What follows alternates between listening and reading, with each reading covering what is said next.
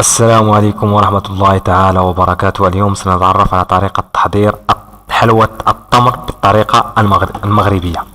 نحتاج في المقادير 500 غرام من التمر، نص كاس ديال الزنجلان يعني سمسم الجنجلان، ونص كاس ديال الماء ديال الزهر، وملعقة القرفة، وكذلك 500 غرام ديال الدقيق الابيض يعني نص كيلو، وكوب ماء الزهر، وشويه ديال الملح، و60 غرام ديال الزبده، وواحد الملعقه ديال الفانيلا. طريقه التحضير سهله، هي ان كنشدو ديك العجينه وكنشدو واحد الوعاء حدانا وكنحطو فيه الدقيق والزبده والفانيلا، ونجمع داك العجينه مع ماء الزهر ونخلطوها مزيان ونخلوها واحد شويه، نخلوها ترتاح يعني نخلوها بحال الخمر، ماشي تخمر كاع ولكن نخلوها واحد شويه بما قدينا العجينه ديال التمر.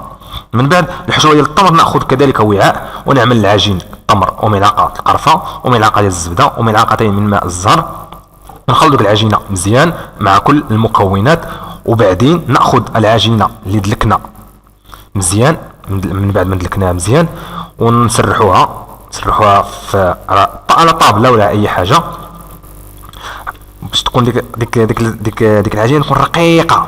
وبعدين نقطعوا داك القطع، نقطعوها على قطع مستطيلات، مستطيل او مربع على حسب، المهم مستطيل، من الاحسن ديرها مستطيل، ونحطوا فيها العجين ديال التمر شويه، وكنبداو نلويو بالعجين على التمر كما كتشوفوا في الصور.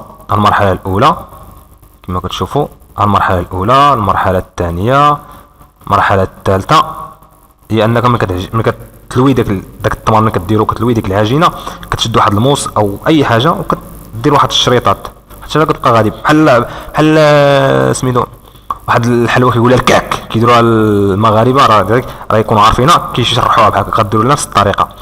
الخطوه الاخيره هي هذه، ها هي. ودمتم في رعايه الله، ونشكرهم على المتابعه. الى اللقاء في درس اخر ان شاء الله.